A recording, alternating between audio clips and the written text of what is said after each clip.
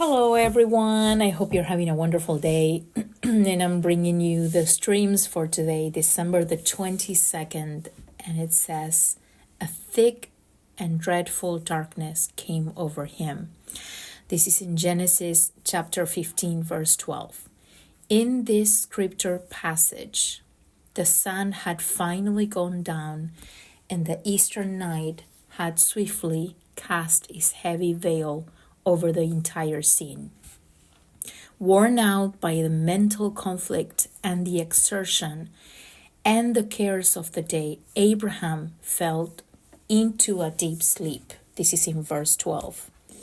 During his sleep, his soul was oppressed with a thick and dreadful darkness, which seemed to smother him and felt like a nightmare in his heart. Do you have an understanding of the horror of that kind of darkness? Have you ever experienced a terrible sorrow that seems difficult to reconcile with God's perfect love? A sorrow that comes crashing down upon you, wrings from your soul its peaceful rest in the grace of God, and casts into a sea of darkness that is unlit by even one ray of hope?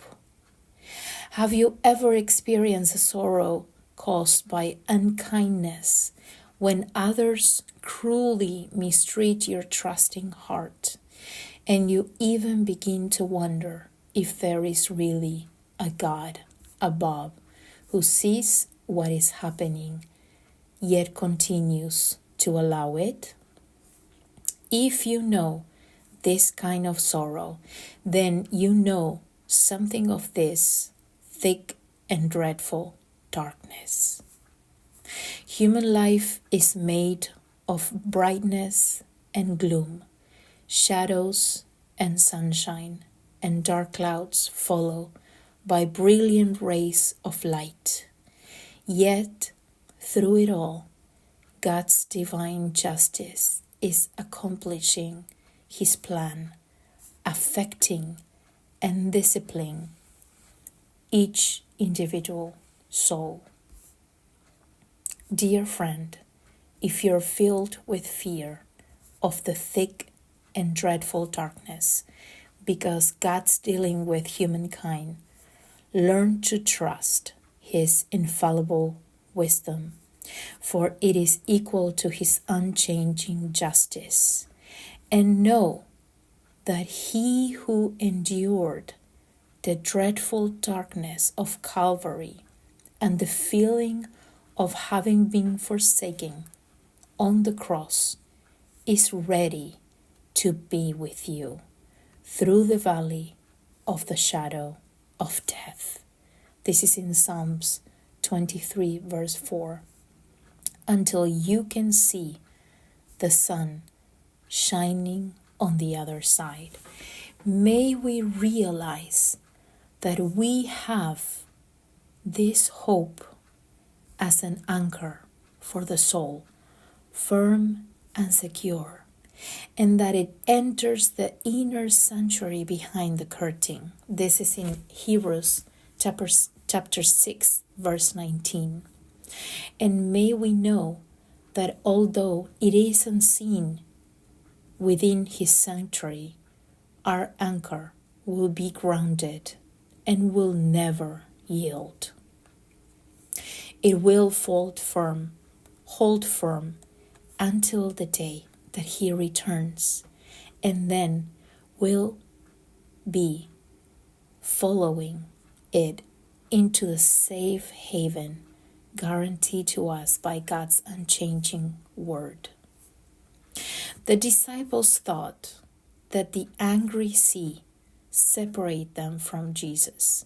In fact, some of them thought something even worse. They thought that the trouble they were facing was a sign that He had forgotten them and did not care about them. Oh, dear friend, that is when your troubles can cause the most harm. The devil comes and whispers to you, God has forgotten you. God has forsaken you, and your believing heart cries out, as Gideon once did, if the Lord is with us, why has all this happened to us? This is in Judges chapter 6, verse 13. God has allowed the difficulty to come upon you in order to bring you closer to Him. It has come not to separate you from Jesus, but to cause you to cling to Him more faithfully, more firmly, and more simply. We should abandon ourselves to God more fully at those times when He seems to have abandoned us. Let us enjoy His light and comfort when it is His pleasure to give it to us. But may we not attach ourselves to His gifts. May we instead attach ourselves to Him. And when He plunges us into the night, where pure faith is required, may we still press on through the agonizing darkness. Oh, for faith that brings the triumph, when defeat seems very clear. For faith that brings the triumph into victory's ringing cheer. Faith triumphant, knowing not defeat or fear. This is written by Herbert Booth. Wow, what a word. It is tough when, and thinking about this all this year, it is tough when things happen at the same time. The skies are dark, there is a storm, there's water coming into your boat, the sails are starting to fail, and then you cannot see anything. There's a dense fog, and many things are going wrong. And as it says here, that is the time to trust Him the most. But when we are in the midst of that storm, it is something very tough to do. And I'm telling you, this is a testimony for this year, because I remember sitting down one afternoon, and I just sat down. I had to check some things about work on my computer, and I just sat down and I said, God, what do we do? I didn't know what to pray about. I didn't know what to do. I didn't know what to think. And the storm was so strong at that time that I could not find that place of rest, that place of peace. My mind was troubled because I was trying to think about the possible solutions, about the possible outcomes, the possible people that could come around to help or to give advice. And it is in the middle of all of that.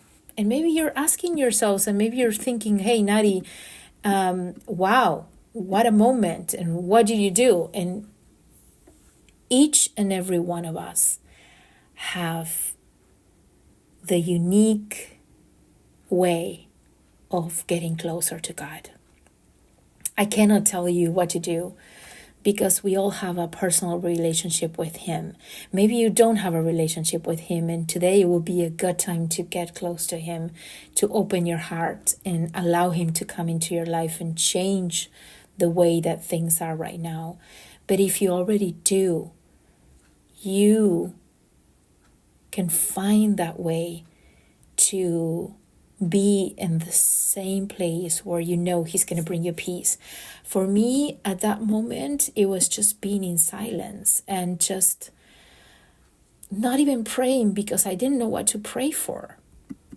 I remember that I started writing messages and texts, and I had been calling people, and I had been reaching out to others to pray for me, but it comes a time where we need to connect with him on a deeper level, on our own, and find that place of peace. And I think I remember on that afternoon just being quiet and being quiet and staying quiet and staying quiet until I started feeling that peace that can only come from God.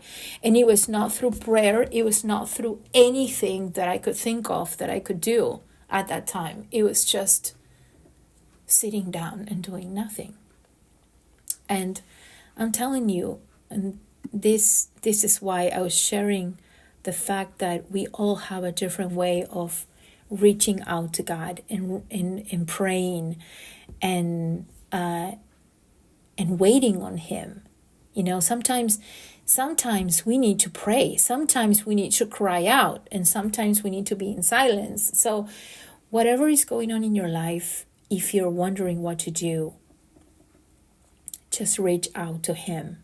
He knows what's best for us. He knows how to lead us out of the storm. He knows what is the best way to stand still. And I'm telling you, I was thinking today about this. I think it's a very famous poem, but this person was asking God, have you forgotten me? I only see two feet on the sand. And God said, no, you only see 2 feet on the sand because I was carrying you the whole time. And I'm telling you, sometimes we need to be carried by him. We need to be carried because we're weak, we're tired, we need to rest, we need to recharge, we need to recommit our lives to him.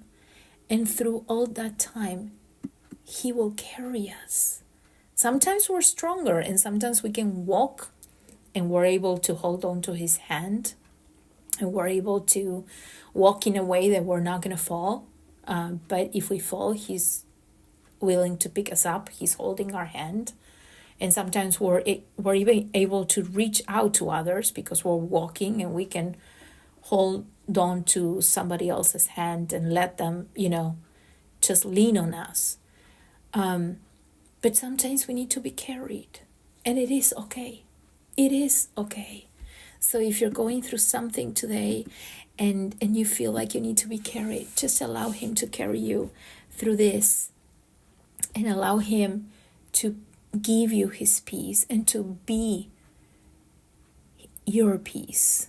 Allow him to come into your life and to embrace you. Sometimes this is all that we need.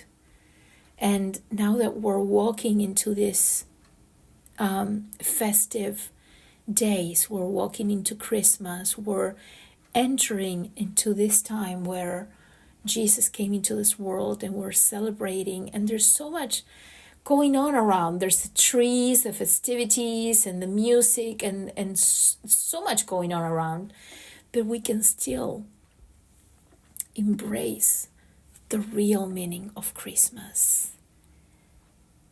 Let us allow God to be born in our hearts again. Let us allow Jesus to be born in our hearts again. Let us allow him to enter into our hearts, into our lives, into our minds, and change everything around. I am a true believer of radical change. I have seen it. I have been through it. And I am a testimony of what God can do in a person's life if we allow him to. If we really and truly open our hearts and allow him to be there for us. Maybe we have gotten attached to all the struggles and we are not letting go. And maybe God has the breakthrough, but we're not letting go of everything that we have been through because it has become a part of our lives. And maybe it is time to let go. Maybe the time has come to let go of the struggle and say, God, I'm gonna just move forward and I'm gonna leave this behind.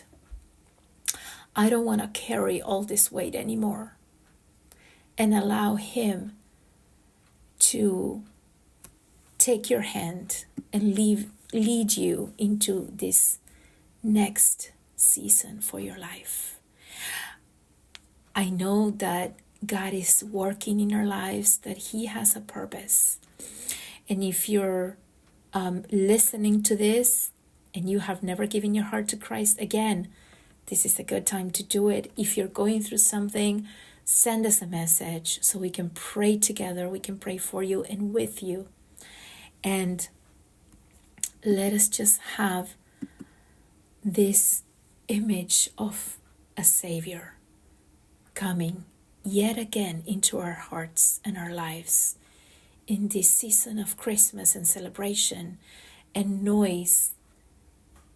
Let us have that in our hearts and allow Him to come once again into our life and change it forevermore. I will meet you again tomorrow for a new word, and may God bless you today.